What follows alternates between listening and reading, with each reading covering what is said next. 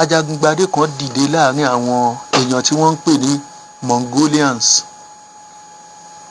Wọ́n ń pe ẹni yẹn ní Genghis Khan. Láyé ìgbà yẹn òun ló láwọn ọmọ ogun tó pọ̀ jù nígbà náà. Òkìkí ẹ̀ kàn, ó máa ń ṣẹ́gun gbogbo ìlú tó bá dojú ogun kọ ni. Ó wá dé ibodè ìlú kan tó ti fẹ́ bá wọn jagun.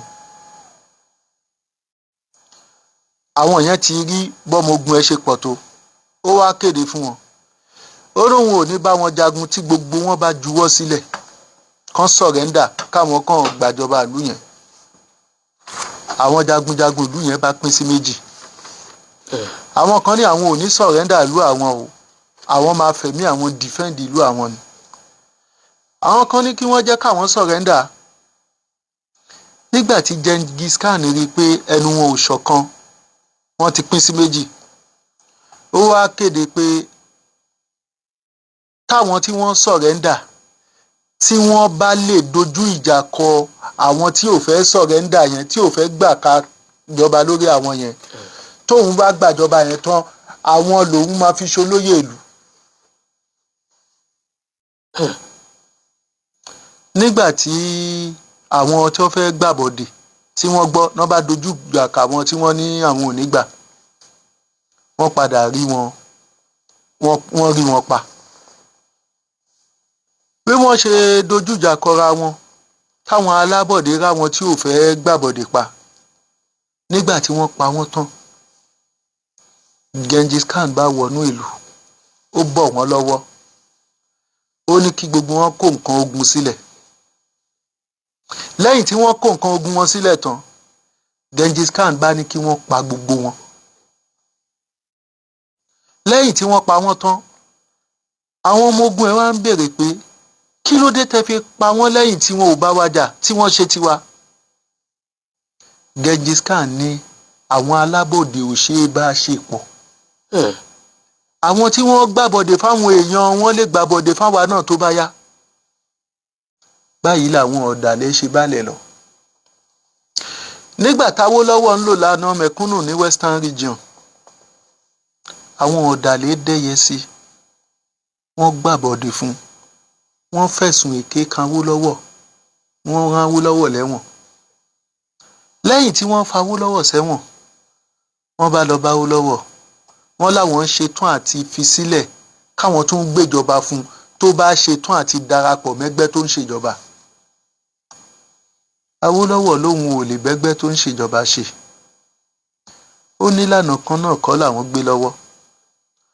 Awólọ́wọ̀ ń lò lànà ìgbágbára wọ mẹ̀kúnnù. Àwọn tọ̀hún lò lànà ríró bọ̀rọ̀kìnní lágbára. Nígbà tí wọ́n rí p'Awólọ́wọ̀ ò ṣetán àti darapọ̀ máwọn, wọ́n fi sílẹ̀ nínú ẹ̀wọ̀n. Ṣùgbọ́n nígbà tó máa fi di 1966, ìdájọ́ dé báwọn ọ̀dàlẹ̀.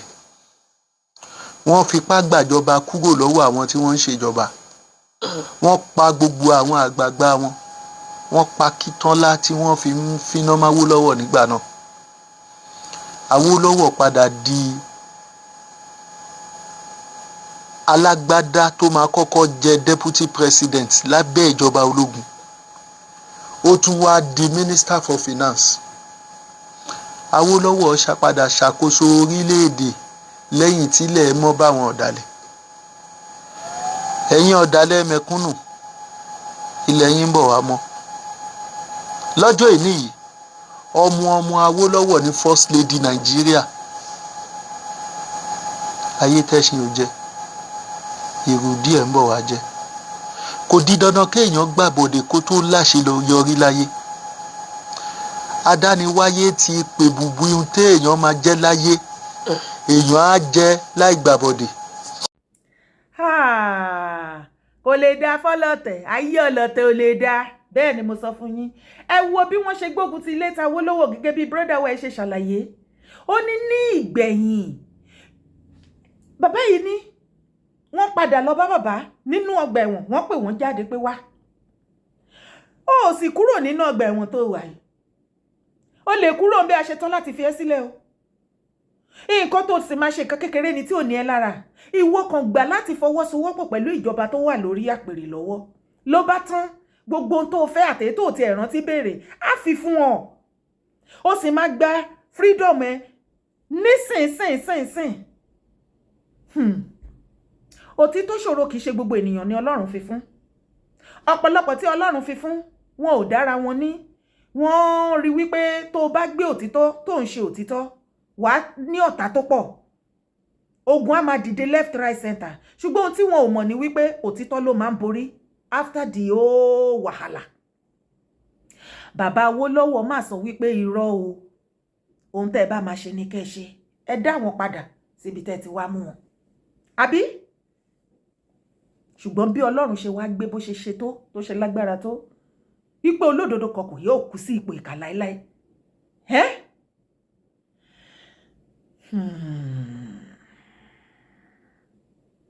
Gbogbo àwọn tó dìde tó jẹ́ ọlọ̀tẹ̀ ọmọ Yorùbá wọ́n lọ ṣalalu ńbẹ̀ o.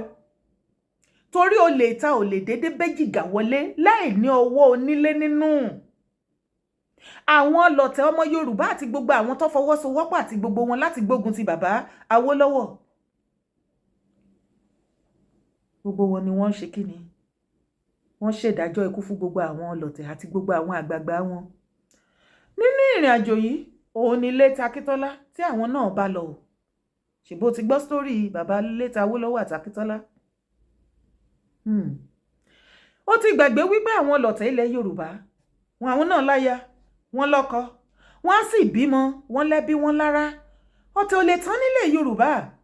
Láì bí wọ́n ṣe ń ṣe, bí wọ́n ṣe ń jẹ́ ọlọ̀tẹ̀ yẹn làwọn náà ń pọ̀ sí ara àwọn ọmọ náà fi ń yí ẹyin. Ṣèbẹ́yìn Yorùbá lẹ sọ wípé kàkà kó sàn lára ìyá àjẹ́, ó fi gbogbo ọmọ bóbìnrin, ẹyẹ wá yí lu ẹyẹ, ẹyẹ wá yí lu ẹyẹ o.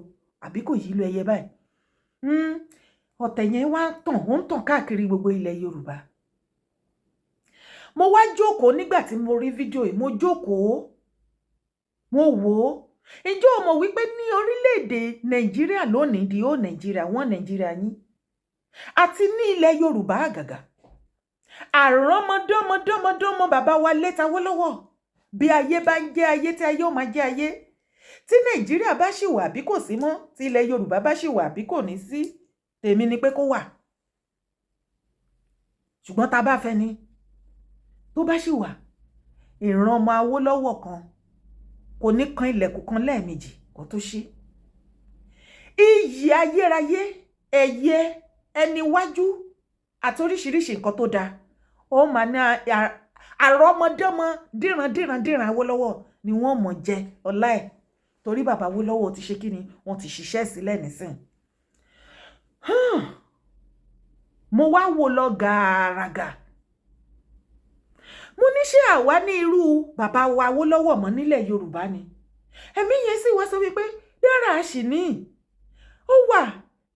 Mo ní ó yá, èmi náà wá ń bi ẹ̀yin tẹ́ ń gbọ́ mi lọ́wọ́ tẹ́ ń wò mí. Ǹjẹ́ ṣì ní irú bàbá wa Awólọ́wọ̀ nílẹ̀ Yorùbá lónìí? Ìtẹ̀síwájú ilẹ̀ Yorùbá mọ́ mi láyà wọn. Bó tilẹ̀ jẹ́ wípé ọmọ Yorùbá ó hàn wọ́n lè mọ̀ bí bàbá ṣe gbé òtítọ́ dání tó ń jà fitafita fún ìran Yorùbá, ọmọ Yorùbá ní ìgbà ayé wọn. Àwọn ọmọ Yorùbá náà ló fi bí sú wọn.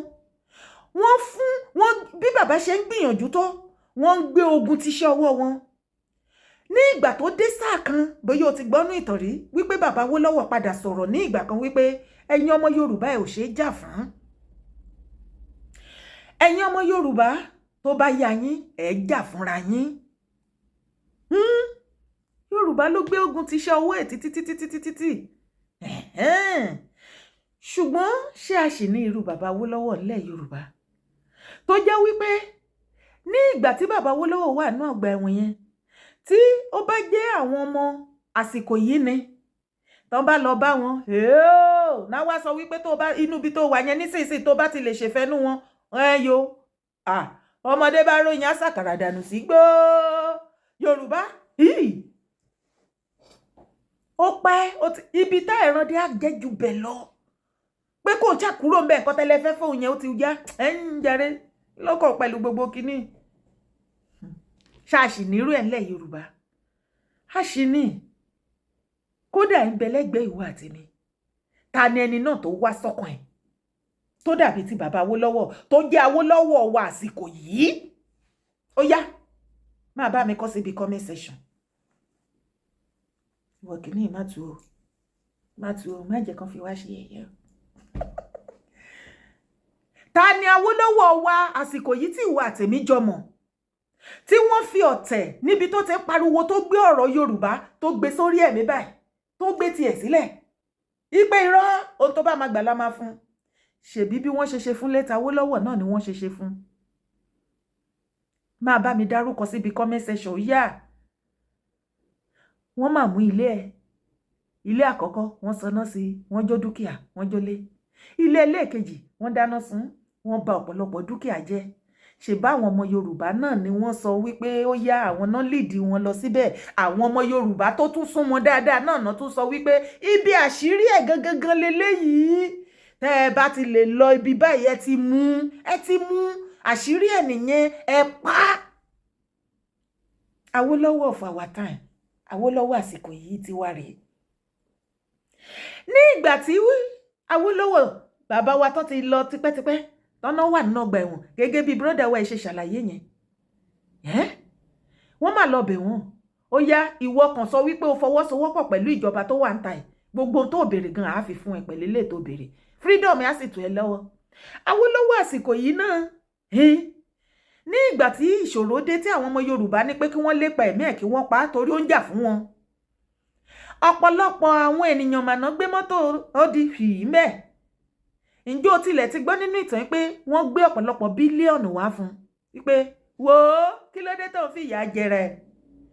Ó jẹ́ fọwọ́sowọ́pọ̀ kó ló gbà fún ìjọba tó wà lórí àpèrè lọ́wọ́lọ́wọ́. Nǹkan kékeré ni ìyà tó fi ń jẹrẹ. In fact, a nídìí irú ẹ. A nídìí ẹ kó wá gbádùn. Ṣé o rí ọ̀pọ̀lọpọ̀ bílíọ̀nù yìí ó wà lọ́wọ́ mi nísinsìnyí.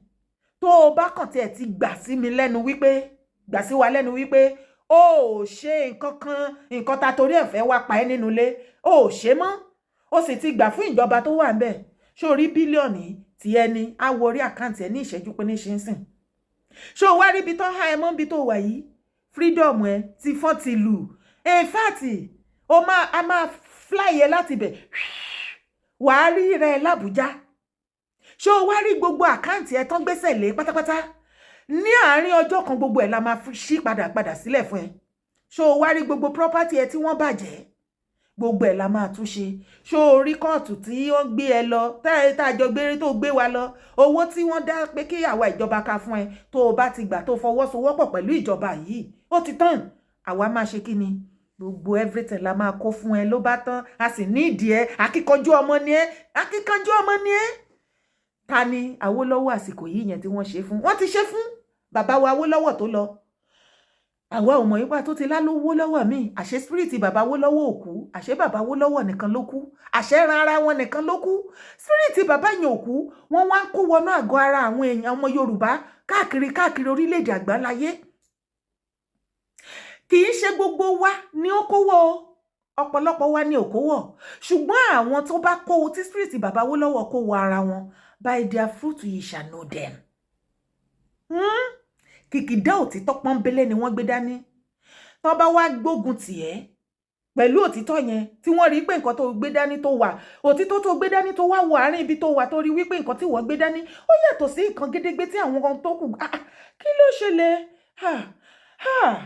èyí ò dáa bọ̀ èyí tẹ́ gbé dání yìí tí mo rí yìí kò ṣe nǹkan tẹ́ ń sọ fún wọn ní tẹ́ ẹ sọ fún wọn pé kò ṣe nǹkan tẹ́ fi hàn wọ́n rèé báwo lè ṣe wá ṣe torí tí àwọn èèyàn bá rí nǹkan tẹ́yìn gbé dání yìí àwọn èèyàn sá fún yín o wọ́n wá ní no ìwọ ló fẹ́ jẹ́ kí wọ́n rí wa ṣé o mọ̀ pé ìwọ náà wà lára wọn tí ò pọ̀ rárá tó gbé òtítọ́ dání òtítọ́ tí wọ́n gbé dání ó hàn nǹkan táwa gbé dání lè mọ̀ òun la ṣe sọ fún yín pé gbé òtítọ́ ọwọ́ ẹ̀ gbé ètò gbé dání yẹn gbé jù sílẹ̀ èyí táwa gbé dání ni kò kí wọ́n náà gbé dání kájọ máa ṣe lọ tá a bá máa kọ́ ẹ tó bá ti dé ibi tí àwọn èèyàn máa ti rí àbùràkàdàbùrà tá a máa ń ṣe ọ̀tọ̀ ni òtítọ́ yẹn tí wọ́n gbé dání yẹn wọ́n á wá rí ní orí ẹ̀ òun la máa fi bò bí ọ̀rá ṣùgbọ́n wọn mọ̀ wípé ọ̀ríjínà tó wà ń bẹ̀ nǹkan tí wọ́n rí lórí o tó bá wá sọ wípé èyí tẹ́ ṣe ikú díẹ̀ káàtó èmi ò ní lè gbé òtítọ́ ìdání o wọ́n á wá gbé birikoto wọ́n á pé birikoto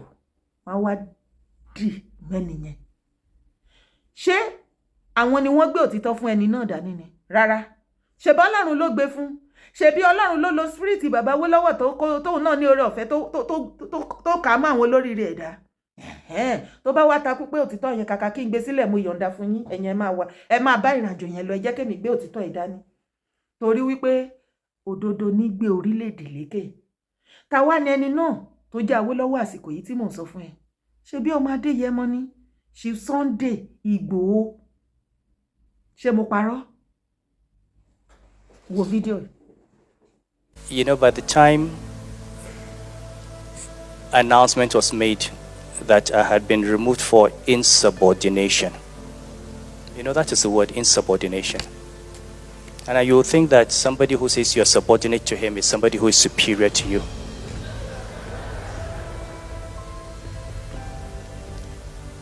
You know, and like I said in Abuja, I have my record of service. My father has his record of service. My grandfather has a record of service. We cannot be intimidated by somebody because you're president or you're a governor, and we cannot tell you that you're wrong.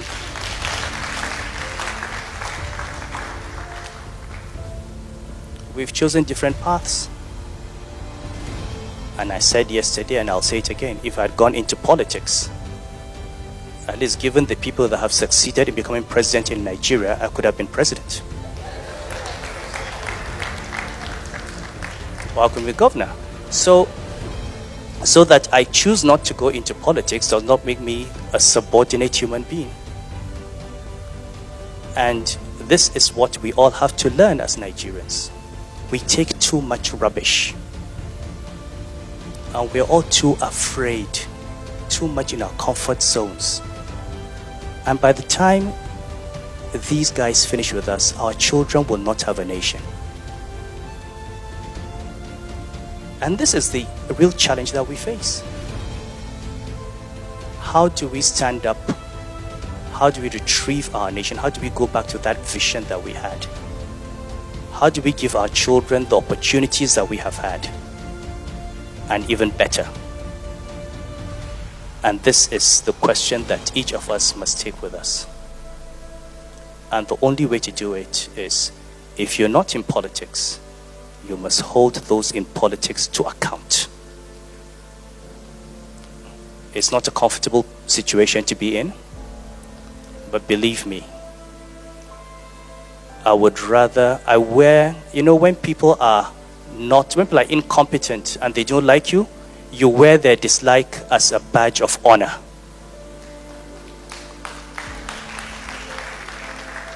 You can't be comfortable. You can't be normal in a dysfunctional environment. So we must get outside our comfort zone, and that is the only way we'll change this country. And for the young people, do not fear. This is your country. This is your future. Take hold of it. Work for it. Build it. Don't let anyone tell you to run away because you have a degree. Go to England, go to America, go to France. This is your country. You're coming back here. So let's work to build one for you. And you help us build this country for you. Thank you very much.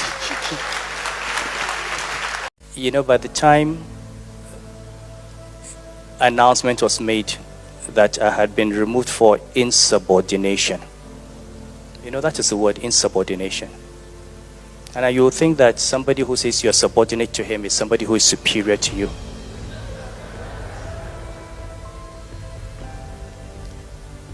You know, and like I said in Abuja, I have my record of service. My father has his record of service. My grandfather has a record of service. We cannot be intimidated by somebody because you're president or you're a governor, and we cannot tell you that you're wrong.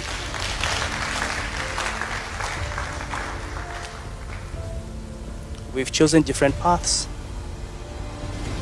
And I said yesterday, and I'll say it again, if I'd gone into politics, at least given the people that have succeeded in becoming president in Nigeria, I could have been president. Or I could be governor. So that I choose not to go into politics does not make me a subordinate human being.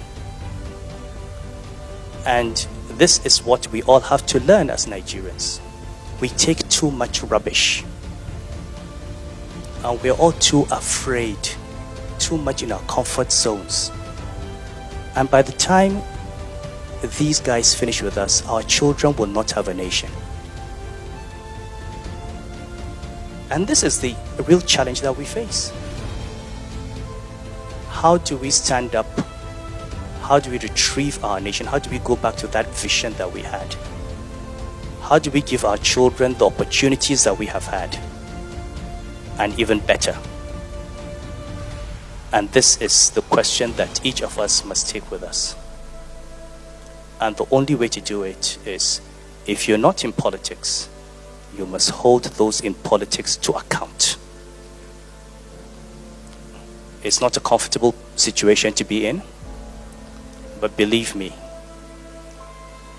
when people are incompetent and they don't like you, you wear their dislike as a badge of honor.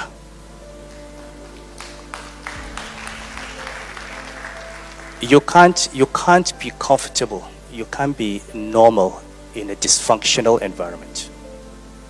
So we must get outside our comfort zone, and that is the only way we'll change this country. And for the young people, do not fear. This is your country. This is your future. Take hold of it. Work for it. Build it. Don't let anyone tell you to run away because you have a degree. Go to England, go to America, go to France. This is your country. You're coming back here. So let's work to build one for you. And you help us build this country for you. Thank you very much.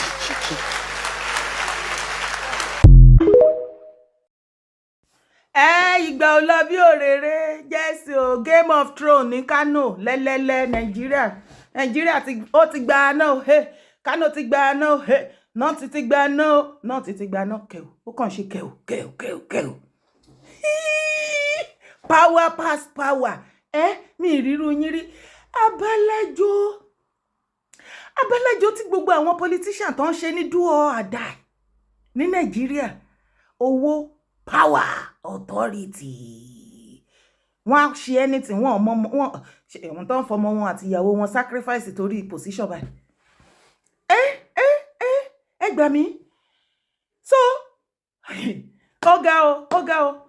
Ẹ wo bàbá Emir Sanusi. Emir sí, bàbá ti di Emir lánàá mọ́jú ẹ̀. Ṣé àná mọ́jú ẹ̀ ni wọ́n di Emir again? Àbí ìjẹta mọ́jú. Èyí tó bá jẹ́ jàre Emir Sanusi jàre dádì. Àti ẹ̀mọ́ bó ṣe ń kí wọ́n bẹ́ẹ̀. Ẹ jọ̀ọ́ ẹ̀yin tẹ́ bá mọ bó ṣe ń kí Emir àwọn bẹ́ẹ̀, ẹ jọ̀ọ́ ẹ bá mi kọ síbi comment section kí lè kí Emir wa tuntun.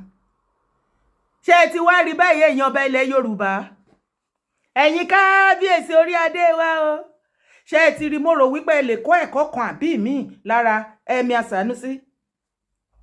Lótìtọ́ ni ìwọ tó bá mọ máyì, tó bá ń gbọ́ speech ẹ̀, wọ́n máa ń sọ àwọn ọ̀rọ̀ gidi, ohun tó dẹ̀ yẹ kí wọ́n sọ ni. Ṣebí àwọn ọ̀rọ̀ wọ̀nyí náà ni wọ́n sọ gbogbo bí àwọn politician bó ṣe da gbogbo nǹkan rú, bó ṣe mú Nàìjíríà tó sọnà sí, tó ṣà ń kówó jẹ, tó ń rọ owó mi oníkálùkù wọn, àti governor àti senator àti minister àti everybody wọn tó bá rí tó ń become politician tó láwọn fẹ́ jàkú sórí post kan tó náà nídìí ẹ̀, ó rò pé torí aráàlú kan ni ìbò ara wọn náà ń bá lọ. Ẹ jọ̀ọ́ kábíyèsí ẹ̀yin ọba ilẹ̀ Yorùbá, ẹ kẹ́kọ̀ọ́ lára Emir Sanusi. Àwọn òótọ́ ọ̀rọ̀ advice yìí ni Emir Sanusi tó sọ títí Ganduje ò mọ̀ wípé ọdún 7 ó máa pé. Ó là sọ fún bàbá Tinubu, eléyìí tẹ́ kàn rí ní hope kiri, tẹ́lẹ̀ fẹ́ febi paráàlú kú torí pé fẹ́ build Nàìjíríà. Ẹ̀dẹ̀ ṣe bẹ́ẹ̀ ni wípé ní 800 years lẹ fẹ́ lòun bí àbí 80 years. 80 years ni bàbá. Ṣó kàn tiẹ̀ pé 80 years mọ́ ni. Ọdún kan máa tẹ̀ lọ ńbẹ̀. Àbí ṣe bí mẹ́rin náà 29. Ọdún kan tẹ̀ lọ minus ọdún kan. Bàbá, kò sí wàhálà. Òótọ́ ọ̀rọ̀ tí Emir Sanusi sọ, ṣebí Ganduje wà as a governor of Kano nígbà náà. Ó believe pé gbogbo agbára ayé àti ọ̀run ọwọ́ ló wà. Ohun tó bá wù lòun lè dá lára. Ó yọ Emir Sanusi, ó dethrone ẹ̀. Ilẹ̀ Yorùbá, àwa náà la padà gba Emir Sanusi. Bàbá Sanusi, mo kò jẹ Emir Sanusi ẹ mọ̀ pé gbà tí wọ́n lé yín ní Kano tí Ganduje tó disgrace yín lọ́dún yẹn ẹ mọ̀ pé ilẹ̀ Yorùbá lẹ wá Lagos àti gbogbo ẹ̀ mọ́ra wọn àwa kọ̀dẹ̀gbà yín ti wá bẹ́ẹ̀ ni ti wá rí you see nígbà tẹ́ ti wá débẹ̀ iná báyìí padà bàbá ẹ má gbàgbé ilẹ̀ Yorùbá ẹ ṣàánú torí àwọn ọ̀pọ̀lọpọ̀ ọba ti gbàgbé wa àwọn politicians wọ́n ti wọgbó lọ wọ́n ti sínwín wọgbó àní leader o àní good leader and elders ilẹ̀ Yorùbá Afẹ́nifẹ́ra kò sáfẹ́nifẹ́re mọ́ politics làwọn náà ń play ìjọba restructuring wọ́n mọ̀ pé kò sọ́jọ́ tí gọ́ọ̀mẹ̀ntì ń bọ̀ wá fún wọn ní restructuring wọ́n kàn mọ̀ọ́mọ̀ pariwo ẹ̀ káwọn èèyàn má sọ pé wọ́n pariwo ni wọ́n wà baseless kò sí kankan wọn wà fún kankan wọn kọ̀ wà ṣá Afẹ́nifẹ́ra wọn ni ẹjọ́ ẹ̀yin lè help. Ganduje rò wípé tóun ṣe yóò yẹn ó ti tán forever ní ìgbà tó máa tọ́dún mẹ́jọ máa pé Ganduje ó máa kúrò lórí àpèrè ẹ̀ tó rò ibi gàgàrà tó rò pé òun wà Yusuf take over kí ni Yusuf take over ìwọ rèé mi rèé ó gbé Sanusi báyìí ó ló yá sí palace lẹ́lẹ́lẹ́ north in cash fire Kano ti gba náà kẹ̀kẹ́ ó ti gba náà kẹ̀kẹ́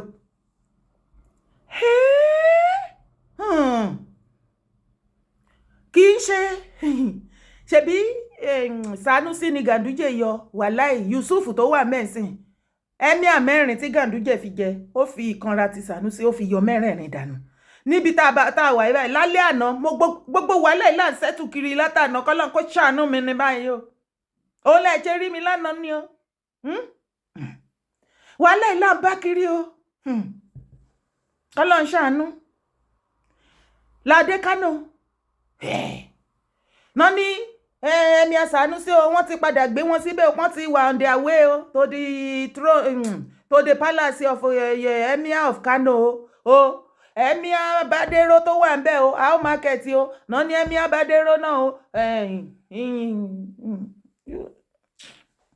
ti ẹ̀ dúró ó dẹ̀ pé wọ́n ti gbé wọn kúrò nílé no ó dẹ̀ pé Emir Badero wọ́n Mr. Badero Badero ní àbí Bayero èké tó bá ń bẹ jàre wọ́n ṣáà ti kúrò ní palace àwọn ò mọ̀ wípé àná yẹn ni wọ́n sì ń lé so ìgbà tí wọ́n wá sí ní palace bí wọ́n lọ fún meeting so kò dẹ̀ mọ̀ wípé Emir the current Emir ìyẹn ti Sanusi ó ń bọ̀ lọ́nà ni wọ́n wá sọ wípé later ni Emir Bayero àbí èké tó bá jẹ́ ń bẹ̀ ọlọ́wọ́ ń bọ̀ ọ ní Emir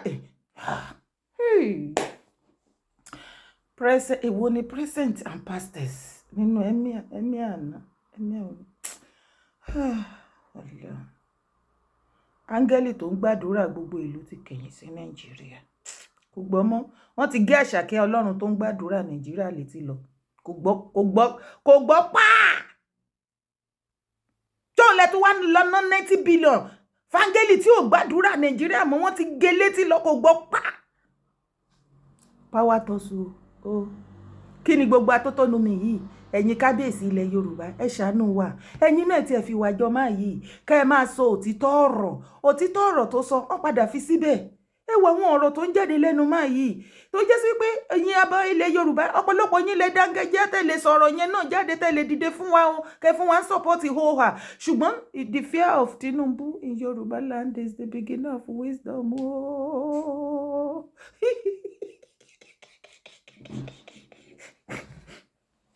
The fear of ọmọ olódòdẹ hàn tí ìbí ọba yẹn nílẹ̀ Yorùbá oníkálukú wá ẹ rò pé gbogbo ọba yẹn dákẹ́ tán sọ̀rọ̀ ẹ rò pé wọn ò rí ọ̀rọ̀ gidi sọ ọ̀rọ̀ burúkú ń bẹ ń gbòòrò ẹnu wọn fa àwa tá a jọ́ mọ́ wọn gan ẹ̀rọ ọ̀rọ̀ ń gbòòrò ẹ̀kẹ́ ẹ wá wo àwọn bàbá wọ́n ṣe máa wí náà ni sọ kọ́ dethrone Emir wọ́n máa dethrone Emir Sanusi wọ́n máa dethrone wọn wà lẹ́ẹ̀ ṣe rí pé òtítọ́ ni bàbá yẹn gbé dání wọ́n fìyà jẹ lórí òtítọ́ tó sọ àti àwọn òótọ́ ọ̀rọ̀ tó ń sọ wípé kí wọ́n ṣe torí ẹ̀ ni wọ́n ṣe disgrace ẹ̀ àbọ̀ rí pé babalá disgrace ni kò sì fi Ganduje disgrace ẹ̀ wàláì the level tí Emir Sanusi tó fi handle case yẹn wàláì ó jẹ́ kí èèyàn àti ṣòtítọ́ kó máa wùyàn honestly kò mind ó rọra ń ṣe gbogbo nǹkan ẹ̀ ó ń lọ káàkiri ó ń ṣe gbogbo everything ó mọ̀ yìí pé bó pẹ́ bóyá ogún ọdún akọ̀lá 8 years á pé Ganduje Yusuf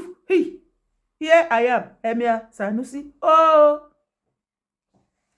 tó já sí wípé Emir gan lè pàṣẹ báyìí sí i o kó fi ìyà jẹ Ganduje kẹ́ù ṣùgbọ́n ọba ilẹ̀ Yorùbá kò séèyàn tó máa ṣe nígbà tó ní fẹ́ rí jà Tinubu olódò àwọn ọmọ bàbá kí Tinubu gan kó tó gbé àwọn ọmọ bàbá Tinubu gan á ti wá ṣàlú ẹ̀ mọ́lé ìyẹn tó ọba ṣí fìlà lórí ẹ̀ kán gbọ́n mọ́ àwọn ọmọ òfò àwọn ọmọ àdánù wọ́n ń jà aláàrú wọn ń jẹ búrẹ́dì àwo orí ẹ̀ ló ń jẹ ẹ̀ráyé ìjọ́ wo làwọn bá wa máa ṣe lé báyìí ọba wo ló fẹ́ kán di tróònù kó fèsì disgrace Yorùbá nbà no wọ́n dẹ̀ padà wá fi síbẹ̀ ẹ wá wo iyì tọ́ba ló ń yẹ̀yàn ní ọjọ́ àná ó yẹ ẹ̀míà Sànúsí ó yẹ wọ́n ẹ ti ẹ̀ dúró Ganduje tó bá wo gbogbo nígbà tí wọ́n lọ sínú pálásì tó ń gbé ẹ̀míà Sànúsí tó ń gbé wọn wọnú pálásì lọ ẹ̀yin ò rí gbogbo Ganduje ó dẹ̀ ń wo gbogbo ẹ wá wo báwọn èèyàn rẹ̀ ṣe ìwọ Ọlọ́run mi ì ní gbé òótọ́ ọwọ́ mi lẹ̀ gbogbo ìyà tó bá wù yìí ni kẹ́ fi jẹ dára mi ì ní gbé òótọ́ yẹn lẹ̀ òótọ́ yẹn ó bẹ́tà òótọ́ pé ó bá ti jẹ́ pé story tí mo tún gbọ́ nípa bàbá Awólọ́wọ̀ yìí tó tún refresh memory wa ìwà láìtàláì òótọ́ yìí mo wà á má yà ní o mo wà á ìwọ tó bá fẹ́ lọ ó yá lọ ṣùgbọ́n òótọ́ yẹn ẹ lè gbá gbogbo nǹkan o wàláì òtítọ́ yẹn ẹ lè gbà lọ́wọ́ mi àjọ wálé ayé àjọ máa padà ní àdẹjọ́ máa dògbò ni bẹ́ẹ̀ ni Mètúsẹ́là bí mi wọ́n 120 yìí lọ́ọ̀bì kankan.